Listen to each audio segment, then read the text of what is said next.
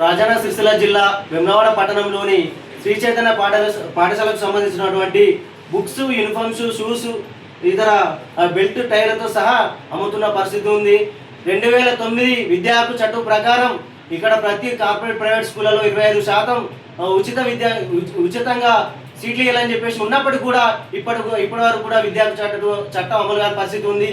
ఇక్కడ ఉన్నటువంటి శ్రీ చైతన్య పాఠశాలకు ఇక్కడ ఉన్నటువంటి అధికారులు కొమ్ము కాస్తున్నటువంటి పరిస్థితులు ప్రొద్దున నుంచి ఇప్పటి వరకు శ్రీ చైతన్య పాఠశాలలో అధికంగా ఫీజులు తీసుకుంటారు, అధికంగా బుక్స్ అమ్ముతున్నారు, విద్యార్థులకు అన్యాయం జరుగుతుందని చెప్పేసి ఎన్నిసార్లు చెప్పినా కూడా ఇక్కడ ఉన్నటువంటి ప్రభుత్వానికి అధికారులు కొమ్ము కాస్తున్నటువంటి పరిస్థితి ఉంది. మరి ఇక్కడ అధికారులు ఉన్నట్లా లేనట్లా వాస్తవానికి ఇక్కడ ప్రొద్దున నుంచి వేడి ఎత్తున్నాం. ఈ స్టోర్ తీయకుండా ఎందుకు జాప్యం చేస్తున్నారు? ఇక్కడ విద్యార్థి సంఘాలు కాపు కాస్తున్నాయని చెప్పేసి స్టోర్ సాయంత్రం కూడా తీసి ఇక్కడ విద్యార్థులకు బుక్స్ అమ్ముతున్నటువంటి పరిస్థితి ఉంది. మీకంతా ధైర్యం దమ్ముంటే మీరు స్కూళ్ళలో పెట్టి అమ్మచ్చు కదా, మీరు ఎందుకు అమ్మట్లేదు? ఎందుకంటే ఇది విద్యార్థి చట్టం ప్రకారం ఈ తప్పు నేరం కాబట్టి మీరు స్కూళ్ళలో అమ్మడం లేదు. కాబట్టి ఇప్పటికైనా రాజన్న సిరిసిల్లకు సంబంధించినటువంటి డిఓ గారు కావచ్చు, ఎంఏఓ గారు కావచ్చు, తొందరగా స్పందించి ఇక్కడ ఉన్నటువంటి శ్రీ చైతన్య పాఠశాలకు సంబంధించినటువంటి ఈ బుక్ స్టాల్ను తొందరగా సీజ్ చేసి విద్యార్థులకు న్యాయం చేయాలని చెప్పేసి మేము ఏఎస్ఎఫ్ రాజన్న సిరిసిల్ల జిల్లా కమిటీ పక్షాన డిమాండ్ చేస్తున్నాం. ఇప్పటికైనా శ్రీ చైతన్య కార్పొరేట్ పాఠశాలల పైన మీరు చర్యలు తీసుకునే తరుణంలో మీ ఆఫీసుల ముట్టడికి మేము వెనుకాడం. ఈ విద్యార్థులు ఏదైతే విద్యార్థుల బలిదానాలతో ఇక్కడ తెలంగాణ రాష్ట్రం ఏర్పడినప్పటికీ కూడా అదే విద్యార్థులకు అన్యాయం జరిగినప్పటికీ కూడా ఇక్కడ అధికారులు స్పందించకపోవడం సిగ్గుచేయడం చెప్పేసి ఈ సందర్భంగా తెలియజేసుకున్నా.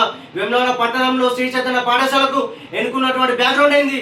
దేనికి ఏ రాజకీయ పార్టీకి పొత్తుగా మీరుండి ఇక్కడ తొత్తుగా పనిచేస్తున్నారని చెప్పేసి ఈ సందర్భంగా మేము ప్రశ్నిస్తూ ఉన్నాం. ఇప్పటికైనా విద్యార్థులకు న్యాయం చేసి ఇక్కడ శ్రీ చైతన్య పాఠశాలకు ఏదైతే ఇక్కడ చాలా వరకు చూస్తున్నాం, జిల్లాలో 4 బ్రాంచులు ఉన్నాయి.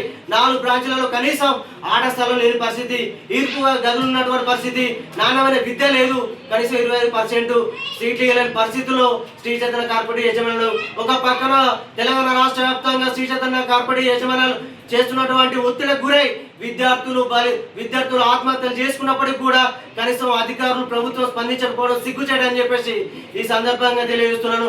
ఇప్పటికైనా సిరిసిల్ల జిల్లాలో ఉన్నటువంటి డిఓ గారు, ఉన్నతాధికారులు, ఎంఏఓ గారు స్పందించి వెంటనే ఈ స్కూల్కు సంబంధించినటువంటి బుక్స్ను, యూనిఫామ్స్, ఈ రూమ్ను వెంటనే సీజ్ చేసి విద్యార్థులకు న్యాయం చేయాలని చెప్పేసి మేము ఏఎస్ఎఫ్ రాజన్న సిరిసిల్ల జిల్లా కమిటీ పక్షాన మేము డిమాండ్ చేస్తున్నాం. ఇప్పటికైనా అధికారులు మొద్దు నిద్ర వీడనాడాలని చెప్పేసి ఏఎస్ఎఫ్ తెలియజేసుకున్నాం. నా పేరు మందాలని కుమార్, ఏఎస్ఎఫ్ జిల్లా కార్యదర్శి.